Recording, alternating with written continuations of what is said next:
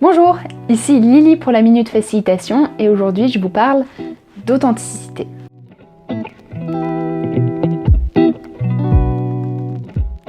Alors déjà, pourquoi l'authenticité ?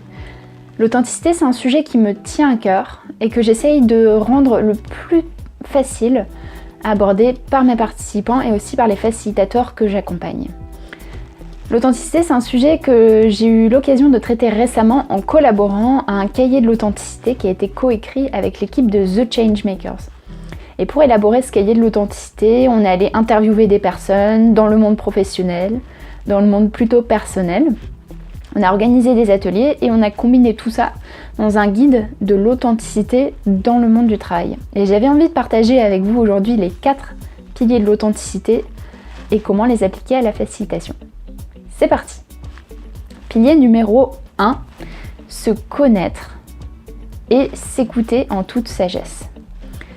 Du point de vue du facilitateur, ça veut dire de déjà connaître son propre style de facilitation. Et là, je vous engage à vraiment regarder Funny Learning, qui est une des méthodes les plus complètes qui existent, je trouve, pour se connaître en tant que facilitateur et en tant que formateur.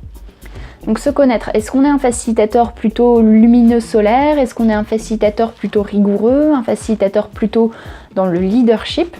Mais vraiment de se connaître pour que ensuite, quand vous ayez des participants en face de vous, vous puissiez adapter votre style, mais que vous soyez aussi en pleine authenticité par rapport à qui vous êtes.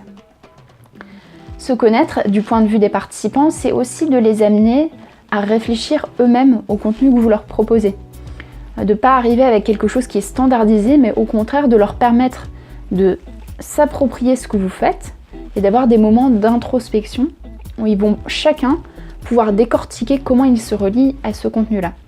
Par exemple, si vous faites une session de facilitation, vous allez les faire travailler sur, l'optimisme par exemple, vous pouvez créer un exercice d'introspection où vous les faites réfléchir sur les expériences optimistes qu'ils ont eues, les expériences où ils étaient plutôt pessimistes, et ça va leur permettre de mieux se connaître. Deuxième pilier de l'authenticité, aligner ses valeurs avec l'action. Donc une fois qu'on se connaît, comment est-ce qu'on met en action ses propres valeurs ? Côté facilitateur, ça peut vouloir dire plusieurs choses. Ça peut vouloir dire aussi choisir ses clients. Choisir des clients qui sont en lien avec nos valeurs, avec les messages qu'on a envie de faire passer et s'autoriser à dire non quand on sent qu'on n'est pas aligné. Et en tant que facilitateur, ça veut aussi dire choisir les méthodes qui sont liées à vos valeurs. Par exemple, si une de vos valeurs, ça va être la douceur, par exemple, je vous conseille de ne pas aller vers des méthodes qui sont plus très dynamiques et parfois un peu bousculantes de facilitation, qui vont être très utiles à des groupes quand elles sont bien amenées et quand elles sont en justesse par rapport aux facilitateurs. Et point de vue des participants, aidez-les aussi à eux dire leurs valeurs et à aligner les valeurs avec les actions. Ça veut pouvoir dire aussi parfois d'accepter d'être au contredit. D'accepter qu'il y a un participant qui vous dise « non, ça je suis pas d'accord, ça rentre pas dans mes valeurs » et que vous créez ce cadre d'accueil. Ce qui m'amène sur le 3e pilier qui est l'ouverture et la posture d'ouverture. Du point de vue du facilitateur, ça veut dire une posture d'accueil.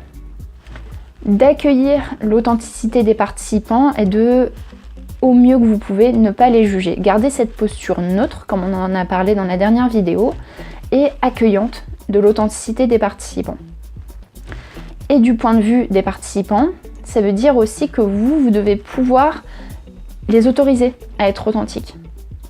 Les autoriser à chacun rester dans cet état d'ouverture les uns par rapport aux autres, de ne pas se juger ni soi-même, ni l'un l'autre. L'authenticité, ça peut très bien être une règle de collaboration, tout comme la posture d'ouverture peut l'être, tout comme l'absence de critique. À vous de choisir le mot qui vous parle le plus. Et le 4e pilier, qu'on oublie parfois, c'est de célébrer notre singularité.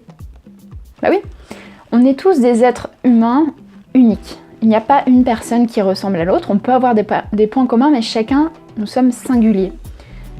En tant que facilitateur, ça veut dire célébrer ce qui fait que vous êtes vous.